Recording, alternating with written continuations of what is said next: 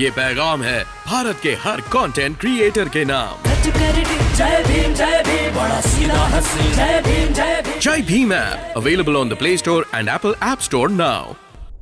नमस्कार साथियों, आप देख रहे हैं अमेरिका पीपुल्स वॉइस। तो आज उत्तर प्रदेश के अंदर 5वें चरण का मतदान हो चुका है। उत्तर प्रदेश के महापर्व के अंदर यहाँ पे जबरदस्त तरीके से जो उत्साह है वो लोगों के अंदर देखने को मिल रही है। वहीं उत्तर प्रदेश के अंदर पूरे देश की नज़र है वो बनी हुई है। इसी के साथ ही आपको बताने की कोशिश करेंगे कि आज कितने प्रतिशत वोट है वो हुआ है और इसी के साथ ही कौन सी सीट है वो कितनी ज़्यादा मजबूत है। आपको बताएं तो आज करीब 12 जिलों के अंदर 61 विधानसभा सीटों पर मतदान हुआ है। 5वां चरण है ये। इसके अंदर अयोध्या जो महत्वपूर्ण बड़े अमेठी जो उत्तर प्रदेश के बड़े ज़िले हैं, प्रसिद्ध ज़िले हैं, उनके अंदर आज चुनाव हुआ है। उन्हीं को लेकर ही बातचीत करेंगे। हमारे साथ है अमेरिका पीपुल्स वॉइस के चीफ नरोत्तम लोरोली। शुरुआत करते हैं सवालों की। तो आपको बताने की कोशिश करता हूं, आज 5वें चरण का जो मतदान है वो है आज शाम 5 बजे तक कितने प्रतिशत मतदान है वो उत्तर प्रदेश के अंदर देखने को मिला है? शाम 5 बजे तक आपको बता दें कि 6 बजे तक वोटिंग होनी है, लेकिन लगभग मुझे लगता है कि 55 से 60 के बीच में वही आंकड़ा रहेगा जो 4 चरणों में देखने को मिला है। कोई 1-2% ऊपर नीचे हो सकता है।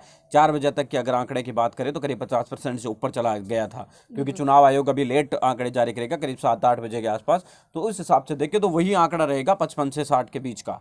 तो उत्तर प्रदेश में आज महत्वपूर्ण जिले हैं जिसमें प्रयागराज, कौशाम्बी, अयोध्या, रायबरेली, अमेठी, श्रावस्ती, बहराइच, ये महत्वपूर्ण 12 जिले हैं जिनकी 61 सीटों के ऊपर ये चुनाव हो रहे हैं। ये चुनाव को अगर ध्यान से देखें तो इसमें चारों ही पार्टियां, जिसमें कांग्रेस पार्टी के लिए भी ये महत्वपूर्ण जिले इसमें आती है। रायबरेली, अमेठी उनका घर माना जाता है, गढ़ माना जाता रहा है।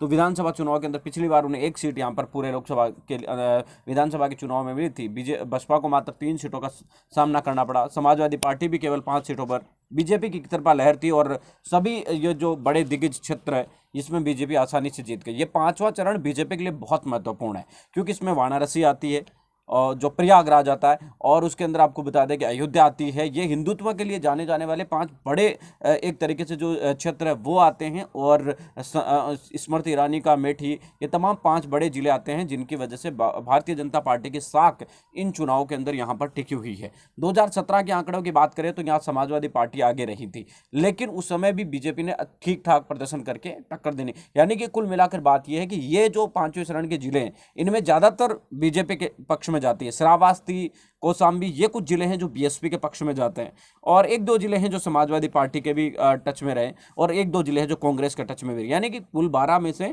ये है कि अधिकांश बीजेपी के पक्ष में रहे हैं हमेशा से। लेकिन 2017 के विधानसभा चुनाव के बाद और 5 साल की सरकार चलाने के बीच काफ़ी कुछ बदला है। ऐसे में आपको बता दें कि भारतीय जनता पार्टी को यहाँ पर मेहनत तो करनी पड़ेगी और देखना ये भी दिलचस्प होगा कि आखिर उन्हें इस मेहनत में कितना कामयाब होते हैं और किस तरीके से उनकी पार्टी चुनाव जीत कर आती है।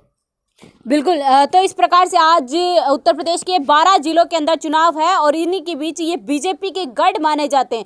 अब बात करते हैं यहाँ पे बहुजन समाज पार्टी और समाजवादी पार्टी 2017 के अंदर उनका किस प्रकार से प्रभाव रहा था उसके बारे में हमने चर्चा कर ली। लेकिन इस बार इन गढ़ों के अंदर जिस प्रकार से अगर प्रत्याशियों के अनुसार अगर हम देखें तो यहाँ पे बहुजन समाज पार्टी कितनी ज़्यादा मजबूत है और समाजवादी पार्टी यहाँ पे किस प्रकार से अपने आप को यहाँ पे रखती है? इन विधानसभा चुनाव 2022 की अगर देखें तो बदलाव काफ़ी कुछ है। एक तो बीजेपी के प्रति लहर, आक्रोश और इन जिलों के अंदर जिस चीज़ का आवारा पशुओं का बहुत मतलब बीजेपी को विरोधियों ने घेरा है। विरोधियों की तरफ से आवारा पशुओं को लेकर तमाम बातें की गई, लेकिन उसके बावजूद भी बीजेपी की तरफ से पूरे 5-6 साल में कोई भी ऐसा नहीं किया गया। और मुझे जहाँ तक पता है कि विपक्ष इस मुद्दे को पिछले 3-4 साल से लगातार उठाता रहा है, लेकिन उसके बावजूद भी ध्यान नहीं दिया गया। चाहे वो किसान कानून का बात रही हो, वापस भी लिए गए, लेकिन उसको लेने में काफ़ी समय लग गया। 1 साल से ज़्यादा का वक्त बीत गया। इसके वजह से भारतीय जनता पार्टी को यहाँ शिकस्त का सामना देखने को मिल रहा है। हालांकि धार्मिक जो नगरियां मानी जाती है, प्रयागराज हो चाहे वाराणसी ये अयोध्या हो, तो इनकी वजह से बीजेपी बस एक तरीके से देखें तो इनको अच्छा सपोर्ट मिल सकता है। लेकिन उसके बावजूद भी आपको पता है कि गोरखपुर जैसे गढ़ में भी बसपा ने 4-4 सीटें पिछले लोकसभा में बीजेपी के जब 17 लहर थी उसके बावजूद भी जीती है। ऐसे में इन विधानसभा सीटों पर 2022 के मुकाबले इस बार बसपा भी मजबूत है तो सपा भी मजबूत है। दोनों पार्टियों बराबर टक्कर दे रही है और इस त्रिकोणीय लड़ाई के अंदर कौन ज़्यादा हार जीत का फैसला देखने को मिलने की संभावनाएं कम जताई जा रही है, क्योंकि पिछली बार जीत का आंकड़ा बहुत ज़्यादा था बीजेपी के पक्ष में। इसके कारण था कि लोगों ने ये बस सोचा था कि बस मोदी है वोट देना है, मोदी है बस वोट देना है। इसके चलते बीजेपी को काफ़ी ज़्यादा बेनिफिट्स भी हुआ, लेकिन वो अब देखने को नहीं मिल रहा है। और यही वजह है कि इस बार कोरोना वायरस काल की वजह से वो चाहे किसी भी कारण हो, प्रधानमंत्री ने पिछले साल के मुकाबले रैलियां भी काफ़ी कम की है। और इस हिसाब से देखें तो अखिलेश यादव भी मजबूत दिखाई पड़ रहे हैं, बीएसपी भी मजबूत दिखाई पड़ रही है, और बहुजन समाज पार्टी ने भी यहाँ पर इनमें काफ़ी ऐसे सीटें हैं जिनके ऊपर अच्छे प्रत्याशी उतारे हैं, तो उन सीटों के अंदर उन जीतने की संभावना है। दूसरी बात यह है कि इन जिलों के अंदर एक अच्छी बात देखने को ये मिली कि समाजवादी पार्टी के मुस्लिम समाज की जो मजबूत सीटें हैं, वो नेताओं को टिकट इस बार समाजवादी पार्टी ने इन क्षेत्रों में नहीं दी। समाजवादी पार्टी ने इन क्षेत्रों में इस बार हिंदू चेहरे को ज़्यादा तवज्जो दी है, जिसकी वजह से और गठबंधन की जो सीटें हैं ओम प्रकाश राजभर वगैरह, तो इनमें भी काफ़ी है। तो इस वजह से आपको बताते हैं कि उनको काफ़ी डिफिकल्ट सामना करना पड़ सकता है। ऐसे में बीएसपी थोड़ी सी स्ट्रॉन्ग होने की संभावनाएं बन जाती है जब आपको बता दें कि निषाद पार्टी या इस तरीके के जो छोटे छोटे अपना दल का दूसरा गुट है, ये तमाम पार्टियां जब सामने आती है तो सीधी लड़ाई बीजेपी वर्सेस बसपा में होती नजर आ रही है कई सीटों पर। और कई सीटों पर समाजवादी पार्टी त्रिकोणी का जो है, तो कहीं पर सपा आगे है, कहीं पर बसपा आगे। इस तरीके का समीकरण है वो 2 तारीख को जो आपको बता दें कि 10 तारीख को देखने को मिलेगा।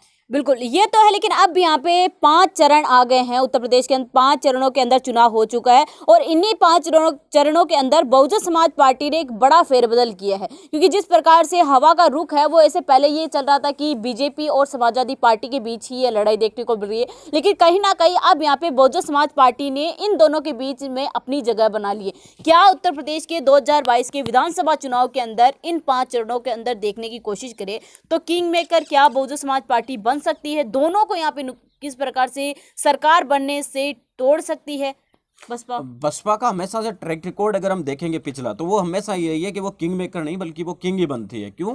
क्योंकि बीएसपी चाहे सरकार किसी के साथ भी बनाए, सीएम का पद उन्होंने अपने पास ही रखा है। तो ऐसे में हमेशा वो राजा खुद ही बनने की कोशिश करती है, वो किसी के साथ जाने की तो कम भी संभावनाएं करेगी।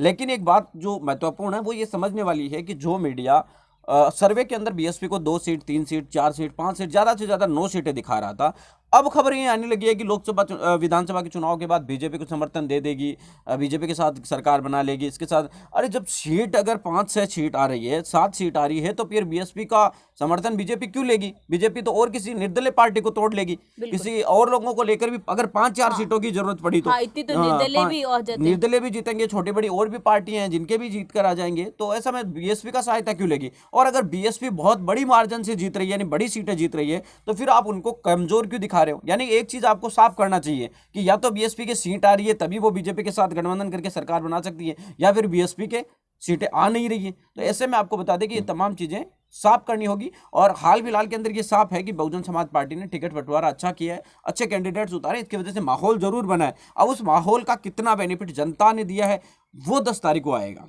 बिल्कुल, बड़ा मुकाबला रहा आज उत्तर प्रदेश के अंदर। ऐसे मान लीजिए सबसे महत्वपूर्ण ये चरण है वो रहा है। अगले चरण के अंदर भी इसी प्रकार से आपके साथ लाइव रहेंगे। आप नए हैं तो चैनल को सब्सक्राइब कर ले और ज़्यादा से ज़्यादा वीडियो को शेयर कीजिए, लाइक जरूर कर ले और बेल आइकन दबाना बिल्कुल ना